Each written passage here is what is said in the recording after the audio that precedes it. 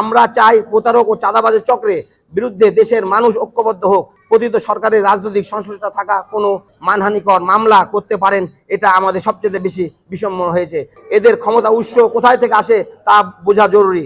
ষড়যন্ত্রের মূল হোতা মোহাম্মদ মুস্তাফিজুর রহমান রাজশাহীর অলকার মোড়ে চেম্বার ভবনের অবস্থিত গ্রিন প্লাজা প্রোপার্টাইজ এর মালিক। মোহাম্মদ মুস্তাফিজুর রহমান একজন বহুল পরিচিত প্রতারক ও আত্মসাৎকারী। তিনি সাবেক মেয়র AHM খালিজমান লিটন ও তার স্ত্রী রেনির ঘনিষ্ঠজন এবং আওয়ামী লীগের দীর্ঘদিনের আর্থিক পৃষ্ঠপোষক। তার বিরুদ্ধে অভিযোগ রয়েছে বহু গ্রাহকের অর্থ আত্মসাৎ করে ফ্ল্যাট হস্তান্তর না করে এক ফ্ল্যাট একাধিক জনের কাছে বিক্রি করা এবং রাজশাহী চেম্বার অফ কমার্সের কর্তৃক মধ্যস্থতার চেষ্টার পরেও প্রতারণামূলক কার্যক্রম অব্যাহত রাখা ইত্যাদি। 22 সালে গ্রিন প্লাজার প্রপার্টিজের একটি ফ্ল্যাট বুকিং দিয়ে মোট 27 লক্ষ টাকা পরিশোধ করেন।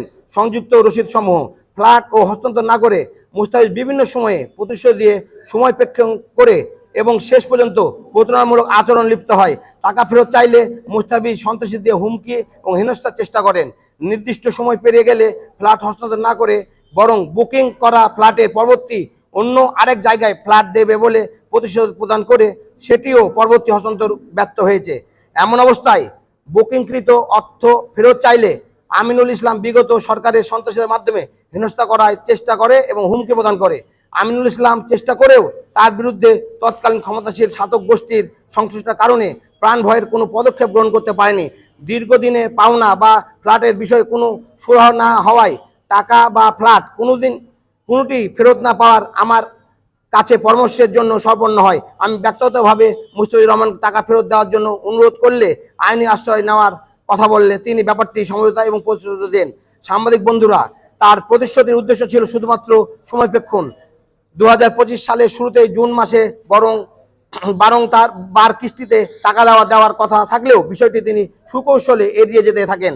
এক পর্যায়ে মোহাম্মদ মুস্তাফিজুর রহমান আমার এবং মোহাম্মদ আমিনুল ইসলামের সাথে যোগাযোগ বন্ধ করে দেন। 2025 জুন মাসের মাঝামাঝিতে এসে মুস্তাফিজের সাথে আমিনুলের ইসলাম নগরীতে মালোপাড়ায় দেখা হলে তিনি বিষয়টি কথা বলার চেষ্টা করেন, কিন্তু মুস্তাফিজ তার সাথে থাকা তাঁতি লীগের সন্ত্রাসী মুস্তাফিজের কথিত বডিগার্ড হত্যার মামলা হুমকি আসামি নাইম ও আমিনুল ইসলামকে শারীরিকভাবে হেনস্থা করেন, এই অকথ্য ভাষায় গালাগালি করেন। তাৎক্ষণিকভাবে সম্পূর্ণ বিষয়টি উল্লেখ করে আমিনুল ইসলাম বোয়ালিয়া থানায় একটি জিডি করেন।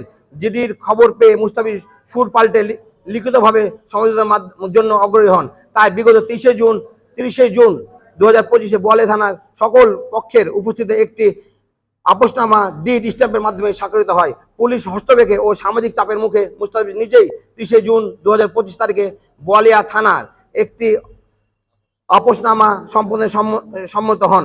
সেখানে তিনি 3 মাসের জন্য ফ্ল্যাট হস্তান্তরের জন্য 27 লাখ টাকা ফেরত দেওয়ার লিখিত প্রতিশ্রুতি দেন। যেহেতু আমরাও একটি ফ্ল্যাট ক্রয় করার প্রয়োজন ছিল, তাই পারিবারিকভাবে সিদ্ধান্ত নিয়ে আমি মোহাম্মদ আমিনুল ইসলাম ফ্ল্যাটটি তার পক্ষে কেনার সিদ্ধান্ত এবং পাওয়ার অফ অ্যাটর্নির মাধ্যমে সংযুক্ত চুক্তিপত্রের স্ট্যাম্প কপি ও স্বাক্ষরের মাধ্যমে বোয়ালিয়া থানায় ভিডিও।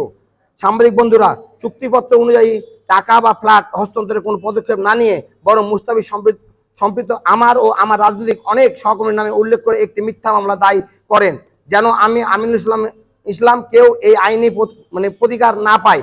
বিএনপি সহ অনেক অঙ্গ সংগঠন সহযোগী সংগঠনের নেতা কর্মীদের নাম ব্যক্তিগত চরিত্র হননের জন্য এই মিডিয়া আকর্ষণ পাওয়ার অসৎ উদ্দেশ্য এই সাজানো মামলা পরিকল্পিতভাবে জড়ানো হয়েছে। আমরা চাই প্রতারক ও চাঁদাবাজের চক্রে বিরুদ্ধে দেশের মানুষ ঐক্যবদ্ধ হোক। আমরা দুর্ভাগ্যজনক হলেও এই সময়ে বিগত পতিত সরকারের রাজনৈতিক সংশ্লিষ্টতা থাকা কোনো ব্যক্তি যাচাই বাছাই ছাড়াই কাউকে সামাজিকভাবে হেয় করার জন্য মানহানিকর মামলা করতে পারেন, এটা আমাদের সবচেয়ে বেশি বিষম্য হয়েছে। তাই প্রশাসন ও আইন শৃঙ্খলা বাহিনীর নাম ব্যবহার করেও তাদের প্রেসক্রিপশনে মুস্তাফিজের ফোন রেকর্ডিং স্বীকৃতি উপরিত অনুযায়ী এদের ক্ষমতা উৎস কোথায় থেকে আসে তা বোঝা জরুরি। আমরা মনে করি এই ধরনের ঘটনা দলের বিরুদ্ধে গভীর ষড়যন্ত্রের ইঙ্গিত দেয়।